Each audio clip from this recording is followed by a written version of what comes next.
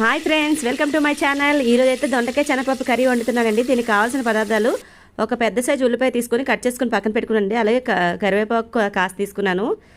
పచ్చిమిరకాయలు ఒక 4 తీసుకున్నానండి, కట్ చేసుకున్నాను. ఈలోగా స్టవ్ మీద కుక్కర్ పెట్టుకొని ఆయిల్ వేసుకొని ఆయిల్ హీట్ ఎక్కగానే ఉల్లిపాయలు, పచ్చిమిరకాయలు, కరివేపాకు వేసి వేయించుకున్నానండి. అలాగే కట్ చేసుకొని క్లీన్ చేసుకున్న దొండకాయలు కూడా ఉల్లిపాయలు వేగిన దాంట్లో వేసేయాలండి. అందులోని శనగపప్పు వేసేయాలి, కాస్త ఉప్పు వేసుకోవాలండి, రుచికి తగినంత వేసుకొని ఒక 10 మినిట్స్ మూత పెట్టుకోవాలండి. ఆ తర్వాత కట్ చేసుకున్న టమాటాస్ కూడా వేసేసుకోవాలి. టమాటా అయితే నేను 3 తీసుకున్నానండి, కట్ చేసుకున్నాను. వేసుకున్న తర్వాత కారం, ఉప్పు, పసుపు, ధనియాల పొడి, జీలకర్ర పొడి అన్నీ వేసుకోవాలండి. వేసుకొని కారం అయితే నేను 3 టీ స్పూన్స్ వేసుకున్నానండి.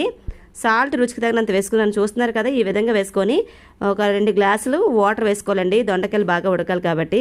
చూస్తున్నారు కదా, కర్రీ అన్నది ఒక 3 విజిల్స్కి నేను కుక్కర్ పెట్టుకోవాలి. ఈ కుక్కర్ మూత పెట్టుకోవాలి. 3 విజిల్స్ రాగానే స్టవ్ ఆఫ్ చేసేయాలండి. చూస్తున్నారు కదా, ఈ విధంగా